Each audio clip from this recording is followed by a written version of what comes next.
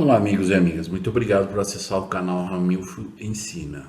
Quais são alguns padrões que José foi, na verdade, um protótipo de Jesus Cristo?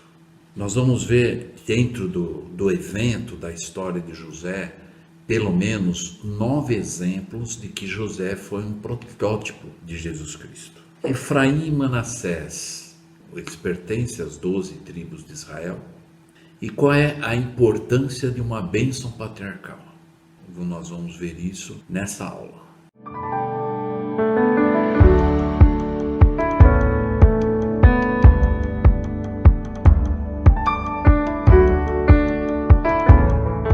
Olá, amigos e amigas, muito obrigado por acessar o canal Ramilfo Ensina.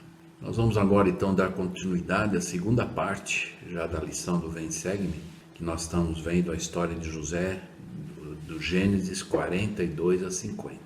Então, nessa segunda parte, nós vamos aprender alguns outros aspectos importantes e que podemos imitar e aplicar. Só lembrando que aqueles que ainda não se inscreveram no canal, por favor, se inscrevam no canal, ative o sininho e compartilhe com as pessoas que vocês gostariam que pudesse também conhecer um pouco mais ou ter uma visão a respeito da vida de José e algumas aplicações atuais que nós podemos fazer. Então hoje nós vamos ver nessa segunda parte da nossa lição o que é um protótipo. Então lembra que nós falamos já quando Abraão fez na verdade o sacrifício de Isaac, nós falamos sobre o que é um protótipo. Na verdade, um protótipo é algo que alguém faz semelhante a alguma coisa que vai acontecer.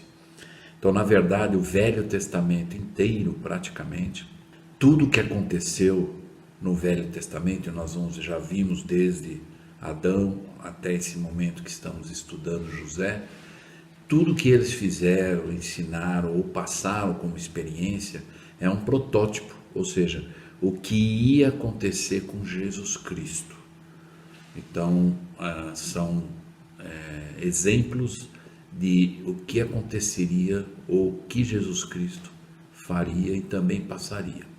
Então, lembrando aqui só para a gente poder lembrar, na verdade, um protótipo. Quando Adão e Eva ofereciam um sacrifício de animais, era um protótipo do sacrifício expiatório de Cristo que ele faria por nós. Então, isso é um protótipo. Eles faziam o sacrifício que representava algo que aconteceria com Cristo. Também vamos lembrar quando Jesus Cristo foi crucificado, né? Também é uma representação do grande sacrifício de animais, né? E ele foi, na verdade, sacrificado por nós. Embora nós aprendemos que, na verdade, o sacrifício expiatório foi a parte mais importante da razão porque ele esteve aqui na terra. Na verdade, o que aconteceu com ele depois, a crucificação, os homens judiaram dele e tudo, foi a consumação de tudo. Mas o ato mais importante, que nós, na verdade, sempre precisamos buscar entender mais, é a expiação de Jesus Cristo. E por causa disso, depois da morte, nós então temos a ressurreição, que é algo que nós aprendemos que a ressurreição é uma realidade, mas a vida eterna é uma possibilidade, que aí nós vamos ter que viver dentro dos padrões alinhados com a vontade de Deus. Então nós vamos ver uma escritura, segundo Nef 11:4, que diz: eis que minha alma se regozija em provar ao meu povo a veracidade da vinda de Cristo. Então isso na verdade um protótipo. Então algumas coisas no livro de Mórmon mostram isso também. Foi um protótipo do que aconteceria com Cristo. Por isso que então no livro de Mórmon diz aqui que era para provar nós, o povo daquela época, né, que haveria a vinda de Cristo, né? Porque muitas pessoas às vezes não acreditavam, achavam que estavam demorando demais. Pois para esse fim foi dada a lei de Moisés. E todas as coisas que foram dadas por Deus aos homens, desde o começo do mundo, são símbolos dele. Então, desde o começo do mundo, é símbolo de tudo o que aconteceria com o Filho do nosso Pai Celestial. Representando aquilo que ele fez por nós. Então, para nós podermos entender melhor também, nós temos aqui uma citação: já se demonstrou como Abraão foi um protótipo do pai e Isaac de Jesus Cristo, no momento em que o patriarca foi ordenado a oferecer o seu filho em sacrifício. Esse ato foi feito à semelhança de Deus e seu Filho unigênito. Lá em Jacó 4 nós encontramos isso. O Elder Bruce R. McConkie, um dos apóstolos da igreja, ensinou que todos os profetas são uma representação de Cristo. O profeta é alguém que possui um testemunho de Jesus, que sabe por meio de revelações concedidas pelo Espírito Santo à sua alma, que Jesus Cristo é o Filho de Deus. Além de possuir esse conhecimento divino, muitos deles vieram, ou na verdade viveram situações especiais, ou tiveram determinadas atitudes que os distinguiram como símbolos, como padrões e prefigurações de eventos que ocorreriam na vida daquele que conhecemos como nosso, na verdade, Salvador e Senhor. De tudo isso, então, na verdade, é um protótipo, né? Então, nós podemos identificar José. Ele foi em várias situações da vida, desde a sua juventude, um protótipo ou um símbolo do que aconteceria com Cristo. Eu identifiquei aqui, nós podemos identificar 9 exemplos de José sendo um protótipo. O primeiro é que José era o filho predileto de seu pai. O mesmo aconteceu com Jesus Cristo, não é? Ele era o primogênito do pai. O segundo é que José, da mesma forma que Jesus, ele foi respeitado por seus irmãos israelitas, né? Assim como Jesus, embora alguns não gostavam, mas ele era respeitado, né? O terceiro, José foi vendido por seus irmãos aos gentios. Idêntica situação ocorreu com Cristo, que ele também foi vendido, né? Depois nós vamos ver a quarta, né? Na verdade, protótipo ou semelhança, símbolo do que aconteceria com Cristo. Judá, o cabeça da tribo que recebeu seu nome, sugeriu aos seus irmãos que vendesse José. Certos líderes dos judeus na época de Jesus entregaram o Messias aos romanos. Judas, grafia grega de Judá, foi o apóstolo que acabou vendendo Jesus. Então, um protótipo, né? Um símbolo do que aconteceria com Cristo.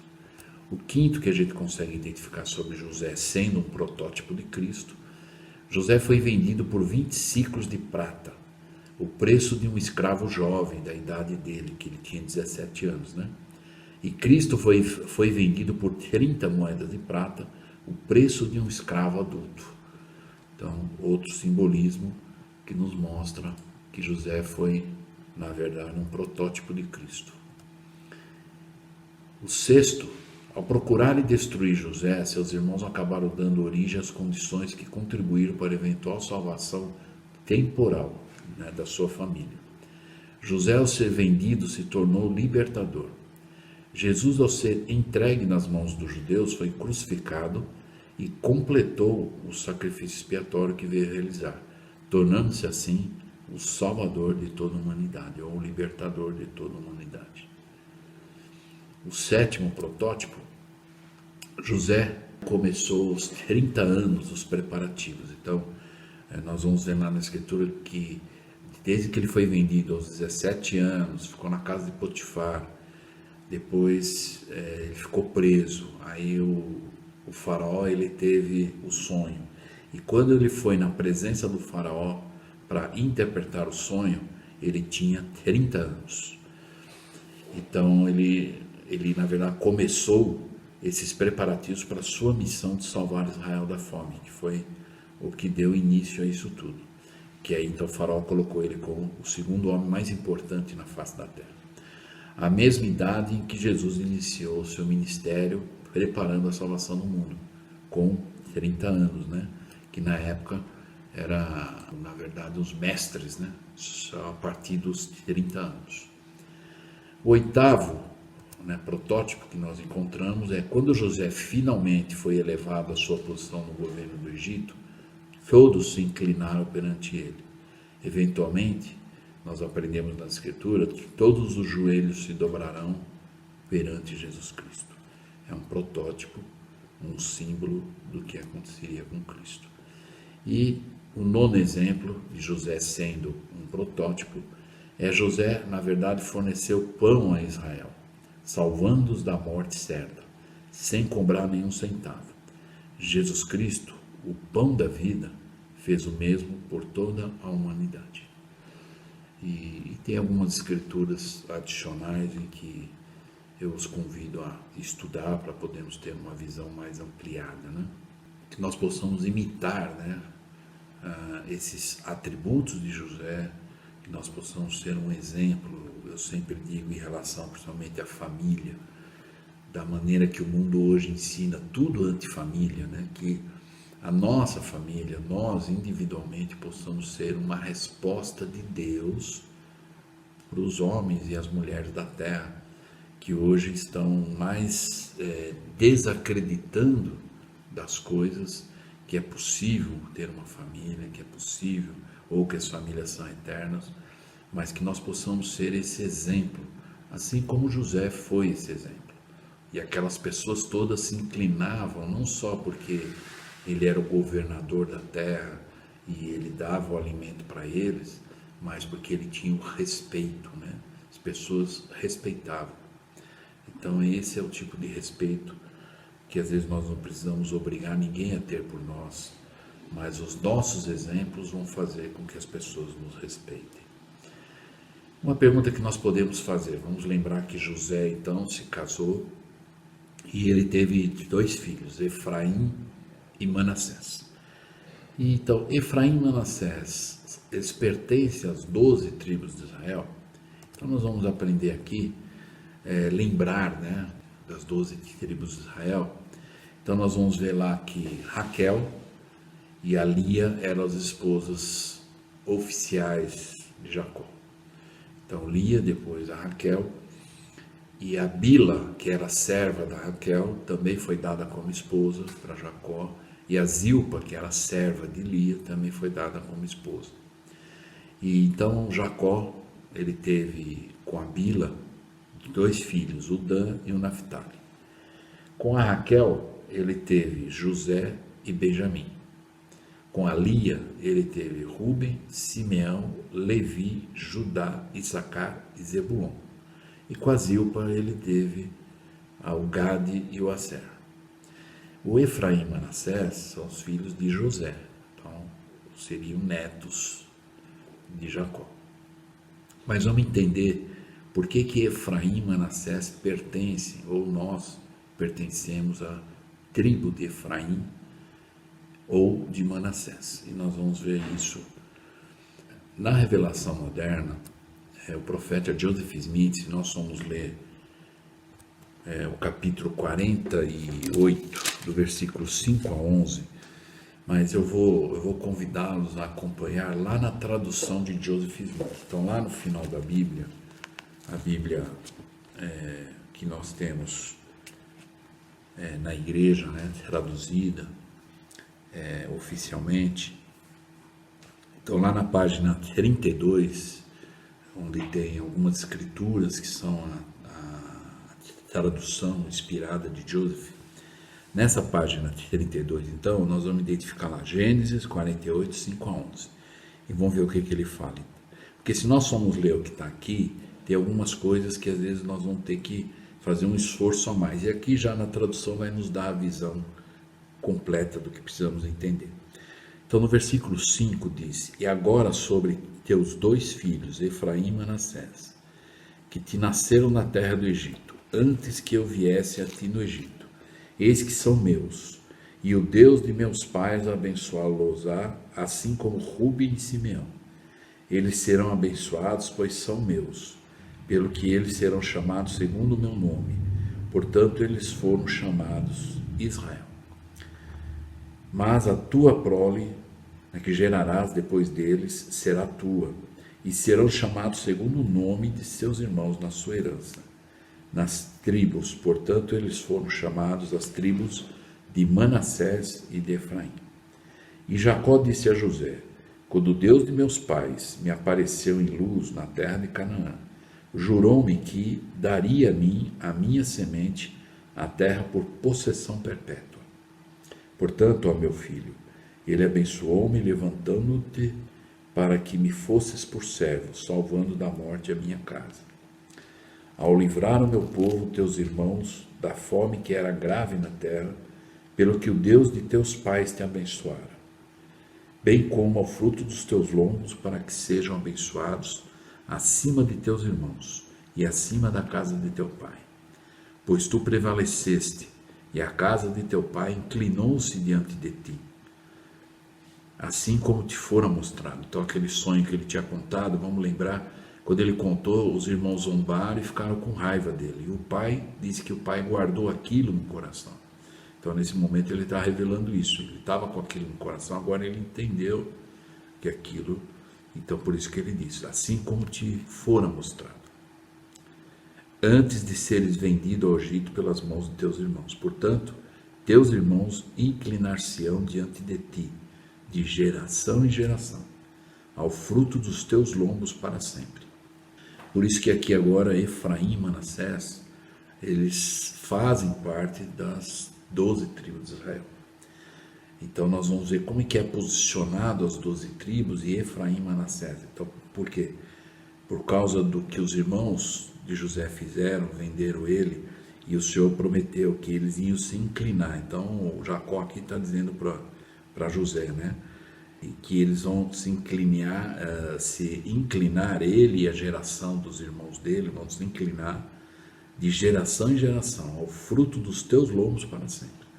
Então os que vieram depois de Efraim e Manassés, aquela geração dos irmãos que venderam ele, se inclinariam. Pois eis que serás uma luz para o meu povo, para libertá-los nos dias do seu cativeiro, da escravidão, e para levar-lhes a salvação, quando estiverem completamente curvadas sob o pecado. Então aqui fica claro, né, que então nós podemos entender o porquê que muitos de nós, né, quando recebemos a bênção patriarcal, eu vou falar um pouco mais adiante, da importância da bênção patriarcal. Mas antes vamos entender, e através dessa revelação da tradução do profeta Joseph Smith, nós vamos entender como é que é, então, as 12 tribos de Israel, como é que é colocada. Então, nesse quadro, nós podemos ver que no centro do quadro, aqui ao lado direito, nós vamos ler: a tribo de Levi ficava mais próxima ao redor do tabernáculo. Então, vamos lembrar que aqueles descendentes de Levi são aqueles que oficiam no templo, né? Depois nós vamos ver as próximas aulas, nós já vamos entrar no livro de Êxodo, né? E é o êxodo do povo, e nós vamos conhecer sobre Moisés, o nascimento dele, como ele se tornou um profeta de Deus, né? E que tinha o tabernáculo, né? E esses descendentes de Levi eram os que oficiavam no tabernáculo, por isso eles estão lá no centro. Se vocês olharem lá, o número 1, 2, o 3 e 4. Então aqui é onde explica, né? A tribo de Levi ficava mais próxima ao redor do tabernáculo da seguinte forma: número 1, né? Moisés, Arão e família, né? Depois ele diz lá, número 2, os coabitas, descendentes de Coate, os gesonitas, descendentes de Gerson, e os meranitas, descendentes de Menari. Então eles ficavam aqui no centro. No lado sul ficava as tribos de Gade, Simeão e Ruben. No lado norte ficava Dan, Azer e Naftali. No lado leste, Judá, Isacar e Zebulon. E no lado oeste ficava então Efraim, Manassés e o Benjamim. Então essa é a formação das 12 tribos de Israel. Então por que nós hoje, a maior parte, nós recebemos a nossa bênção patriarcal, e a maioria de nós somos da tribo ou de Manassés ou de Efraim, né? Então cada um, aqueles que já receberam a sua bênção patriarcal, sabem que é de uma dessas duas tribos, né? A maioria, ok? Por quê? Porque nós aprendemos também lá atrás algumas aulas de que o Leí, ele era na verdade descendente de Manassés, e Ismael era descendente de Efraim. Como os filhos de Leí casaram com as filhas de Ismael, né? Então a tribo de Efraim, que era a descendência de Ismael, e a tribo de Manassés, a descendência de Leí, formaram as famílias, as gerações, que somos nós, né? Então, nós somos esses descendentes de Leí, de Ismael e das famílias, né? Por isso que a maioria de nós, quando nós recebemos a bênção patriarcal, nós vamos, né, descobrir e saber de qual tribo pertencemos. E alguns são de outras tribos, né? Porque o patriarca ele recebe a revelação, a inspiração para ditar essa tribo. Mas a maioria, por que Manassés e Efraim? Porque somos descendentes desse povo.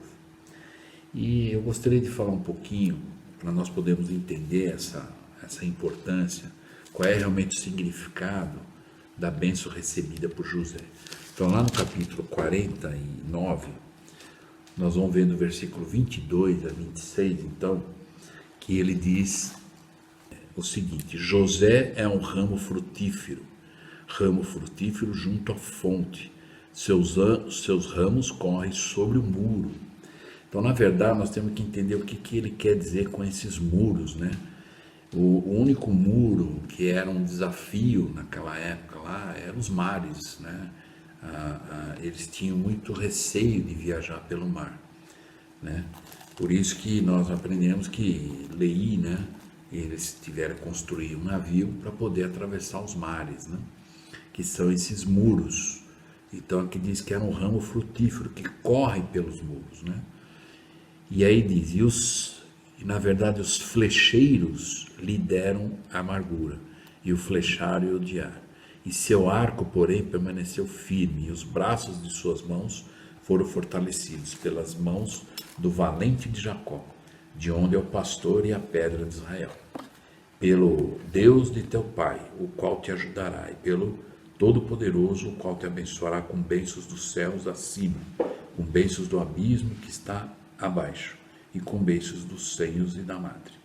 As bênçãos de teu pai excederão as bênçãos de meus pais, até a extremidade dos outeiros eternos. Elas estarão sobre a cabeça de José, e sobre o alto da cabeça do que foi separado dentre seus irmãos. Se nós formos entender aqui no versículo 24, por exemplo, nós vamos identificar aqui na letrinha A, onde diz de onde é o pastor, né? Então diz aqui que é a linhagem de Jacó, que viria o Messias, né? E nós sabemos que foi através dessa linhagem que veio. E no 26, o que seriam os outeiros eternos, né? Na verdade, os outeiros eternos, vamos entender que é como se fosse algo eterno, um exemplo prático seria um círculo, né? Ele é eterno, o círculo, né? Por isso que eles viajavam, né? Então, isso é exatamente o que aconteceu na viagem, né? Quando eles saíram lá de Jerusalém e vieram para as Américas, né? Então, eles viajaram pelo mar e aí diz que vieram para o continente americano, na América do Norte, que são conhecidas hoje como as Montanhas Rochosas, né? E aqui na América do Sul são conhecidas como os Andes, né? Então, no sul do Chile, elas vão por baixo do mar e continuam submersas até o Alasca, onde emergem do mar mais uma vez e continuam nesse círculo eterno. Portanto, as Américas são a terra prometida aos descendentes de José. Por isso fala os outeiros eternos. Então, eles viajaram e esses muros, né? Era esse círculo eterno que eles fizeram na viagem, e que eram as montanhas, eles tinham que desviar e fazer esse círculo, e vieram para as Américas. Por isso, então, nós podemos entender as nossas bênçãos patriarcais, e essa é a descendência que vem. Então, para finalizar sobre a bênção patriarcal, o Elde Bruce remarcou que ele teceu o seguinte comentário a respeito dessa questão: quase todo membro da igreja é descendente literal de Jacó, o qual proferiu o beijo patriarcal sobre a cabeça de seus 12 filhos, predizendo o que aconteceria a eles e a posteridade que eles iam gerar, né, suscitar. Na posição de herdeiros das bênçãos de Jacó, os remanescentes reunidos de Jacó têm o privilégio de receber suas próprias bênçãos patriarcais e, através da fé, serem abençoados juntamente com os povos de épocas anteriores. As bênçãos patriarcais podem ser dadas por patriarcas naturais, isto é, pelos pais em Israel que desfrutam das bênçãos da ordem patriarcal, ou pode ser concedidas por patriarcas ordenados, ou seja, pessoas especialmente escolhidas que são designadas para abençoar os membros da igreja que forem dignos.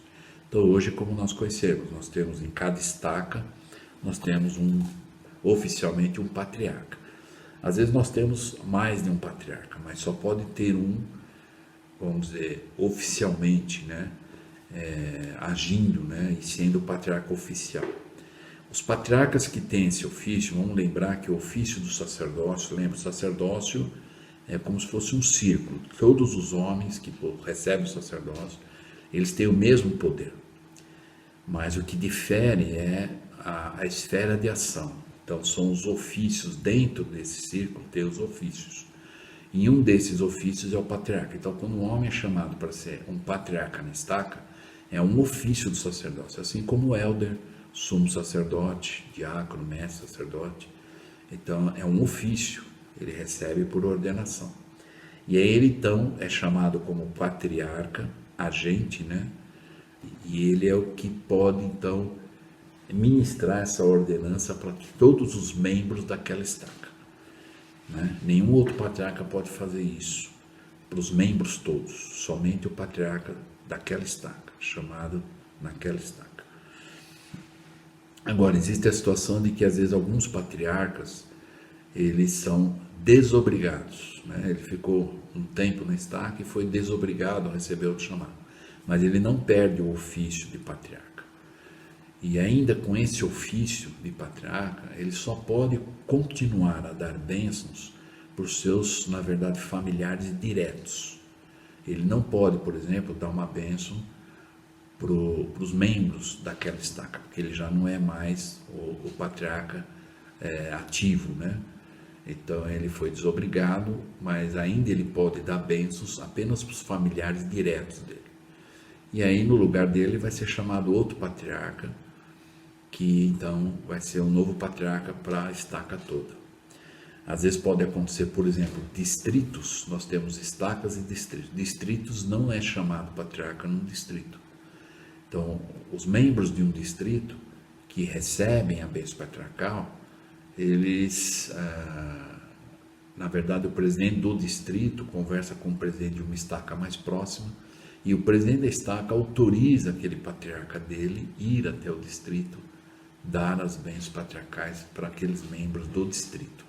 Por isso a importância de nós entendermos quando alguém, por exemplo, está num distrito, e a importância de nós podermos crescer para nos tornarmos estaca, porque enquanto formos ainda um distrito, nós não vamos ter esse privilégio de termos um patriarca no próprio distrito. Por isso que o distrito tem que buscar crescer para se tornar uma estaca, e eles vão ter um patriarca só para aquela estaca. E a importância das bênçãos patriarcais é isso. E nós podemos realmente saber de que tribo nós pertencemos, aí nós podemos estudar profundamente sobre aquela tribo, as bênçãos daquela tribo, e podemos conhecer coisas em relação a nós. A bênção patriarcal é uma coisa que às vezes nós precisamos lembrar de vez em quando dar uma lida. Lá são promessas, são coisas que normalmente nós precisamos revisar e lembrar. Então, uma das coisas que nós precisamos entender na bênção patriarcal também, e isso para quem não sabia, a primeira presidência da igreja, que na época era o presidente David Mackay, Steve Richards e J. Reuben Clark Jr., era a primeira presidência da igreja, numa carta dirigida aos presidentes da estaca da época, isso em 28 de junho de 57, eles deram a seguinte diretriz e explicação. As bênçãos patriarcais apresentam uma declaração inspirada da linhagem daquele que a recebe, e também inclui, então a linhagem é a tribo, né? Se é de Manassés, se é de Efraim ou outra tribo qualquer. E aí diz lá, apresenta uma declaração da linhagem daquele que a recebe, e também inclui uma declaração profética inspirada das possibilidades e missão da vida da pessoa. Por isso que o patriarca, não só quando ele dá a bênção patriarcal, Por isso fala, bênção patriarcal, além de ele, em um determinado momento da bênção, vai declarar de qual tribo aquela pessoa pertence ou não, ele também vai ser inspirado a dizer algumas coisas na bênção daquela pessoa, né? Por isso que a bênção ela é individual, né? E aí diz lá, e poderá incluir nessa bênção promessas, conselhos, admoestações, advertências, conforme o patriarca for inspirado pelo Espírito. Deve sempre ficar explícito que o cumprimento de todas as bênçãos prometidas depende da fidelidade do indivíduo e da vontade do Senhor. Então note na sua bênção patriarcal, sempre vai estar dizendo de acordo com a nossa fidelidade. E claro, com a vontade do Senhor. E todas as bênçãos são registradas e geralmente uma única bênção é apropriada à vida de cada pessoa. Então cada pessoa tem só uma bênção patriarcal. E ela é registrada. Então normalmente o patriarca, quando ele dá as bênçãos patriarcais, ele tem uma pasta onde ele guarda essas bênçãos. E tem um determinado número de bênçãos que quando chegar naquele número ele leva para o presidente da estaca. O presidente da estaca normalmente lê algumas bênçãos patriarcais e aí eles encaminham, né, para a sede da igreja. Então hoje, se você não tem, você já recebeu a bênção patriarcal e você não tem ela escrita, você hoje pode nos dispositivos da igreja, você pode pedir para receber uma segunda via, cópia da sua bênção patriarcal. Então procura o seu líder local e se informa com ele como que você pode conseguir uma segunda via da sua bênção patriarcal se você não tiver ela em mãos. E aí diz lá, em todas as bênçãos são registradas geralmente uma única bênção apropriada a cada pessoa. A natureza sagrada da bênção patriarcal requer obrigatoriamente que todo patriarca implore sinceramente a orientação divina para suas declarações proféticas e promessas, alertas e demonstrações. Então aí é a parte que cabe ao patriarca. Ele tem que se preparar para a bênção. Por isso que nós membros temos que entender, às vezes um patriarca leva um certo tempo para ele agendar a bênção patriarcal, porque não é muito adequado, no mesmo dia ele dá muitas bênçãos patriarcais. Ele tem que estar muito bem preparado, como diz aqui, implorar do Senhor a inspiração, né?